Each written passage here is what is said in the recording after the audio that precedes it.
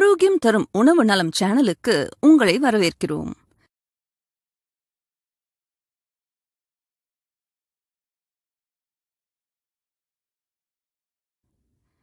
நாம் இன்று திருமணத்திற்கு பின் பெண்கள் குண்டாவது ஏன் என்று பார்க்கலாம். திருமணத்திற்கு முன் ஒல்லிக்குச்சியாக இருந்த பெண் அதற்கு பிறகு குண்டாகி விடுவது ஏன்?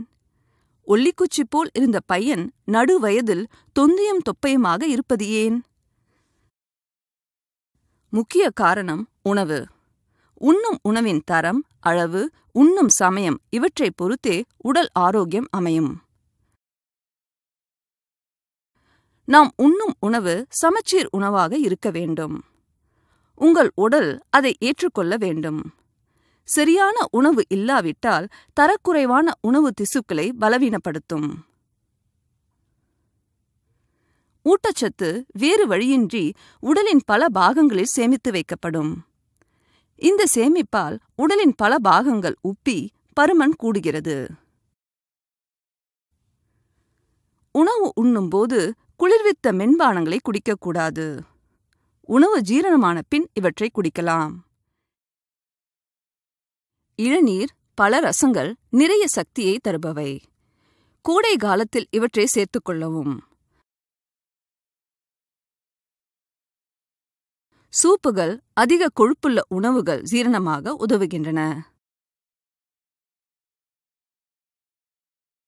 உணவு உண்ணும்போது ஒவ்வொரு 4 அல்லது 5 கவளங்களுக்கு பின் தண்ணீர் சிறிது சிறிதாக குடித்து வரவும். உணவின் அளவு. நாம் உண்ணும் உணவு வயிற்றை 3இல் 2 பாகத்தை நிரப்பினால் போதும். இதுதான் சரியான அளவு. அடிக்கடி உண்பதை தவிர்க்கவும். இதனால் வயிறு அதிக வேலைக்கு உட்படும். ஜீரண மண்டல உறுப்புகள் பலவீனமடையும். உண்ணும் சமயம். ஆயுர்வேதத்தின்படி சூரிய ஒளியும் இதமான வெப்பம் ஜீரண சாறுகளின் சுரப்பை அதிகரிக்கின்றன. அதனால் காலை உணவு மற்றும் இரவு உணவு லேசாகவும் மதிய உணவு கனமாகவும் இருக்க வேண்டும். சுருக்கமாக சொன்னால், நல்ல உணவை சரியான அளவில் சரியான நேரத்தில் உட்கொள்ள வேண்டும்.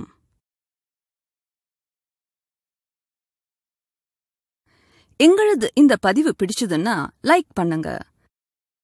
இது பிறருக்கு பயன்படணும்னா ஷேர் பண்ணுங்க. மேலும் இது போன்ற பதிவுகளுக்கு எங்க சேனலை சப்ஸ்கிரைப் பண்ணுங்க. நன்றி, வணக்கம்.